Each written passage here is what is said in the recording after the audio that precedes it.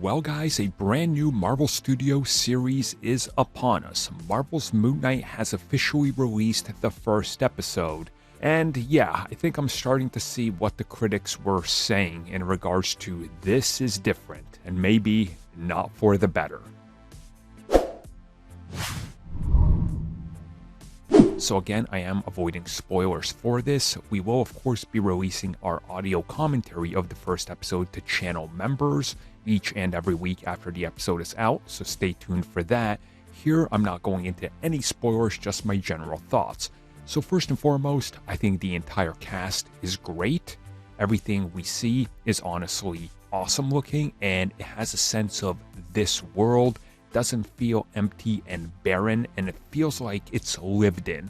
Like, you definitely get the sense that the director wanted a show that separates itself from the core established parts of the world of the MCU and puts you into a different pair of shoes.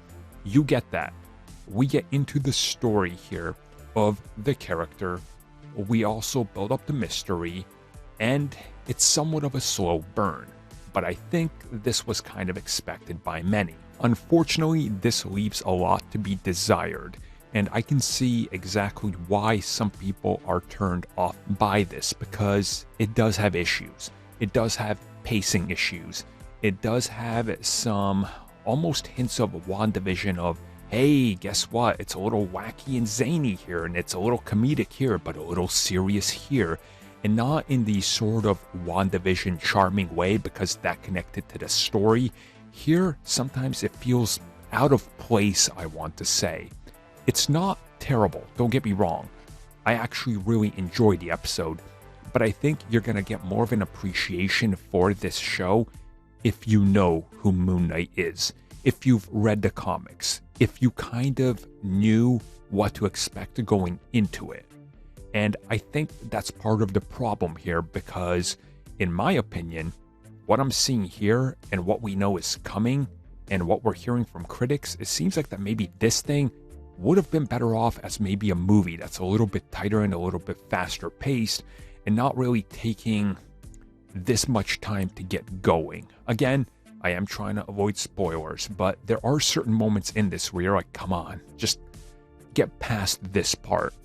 And now it starts to kind of make sense on maybe why they gave critics 4 episodes, because I do think you need a lot more. And there's quite a few issues in this that I noticed myself in terms of how the scenes are established or how they jump from one to the other that almost feel a little disjointed in a way that's not good. And what I mean by that is sometimes a show can have a jarring switch to something else. At first it feels jarring, but it starts to make sense as to why they did it that way.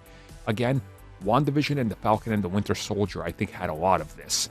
This has it in almost a negative way where it comes off, I want to say amateurish, but maybe that's not the right word. Again, I am very much trying to avoid spoilers here, but I think some of you will see what I'm saying. There's definitely a lot to like in this. But so far, I can't help but feel that this is one of the weakest, if not maybe the weakest MCU pilots so far. And maybe it's the fact that it's a circumstance and the end result of having to shoot during a pandemic and having to largely do something completely different that's going to catch a lot of people off guard. I guess we're going to know how this shakes out by the time it's done, but if it keeps this up, I could see a lot of people quitting by the halfway point, and I don't think they want that.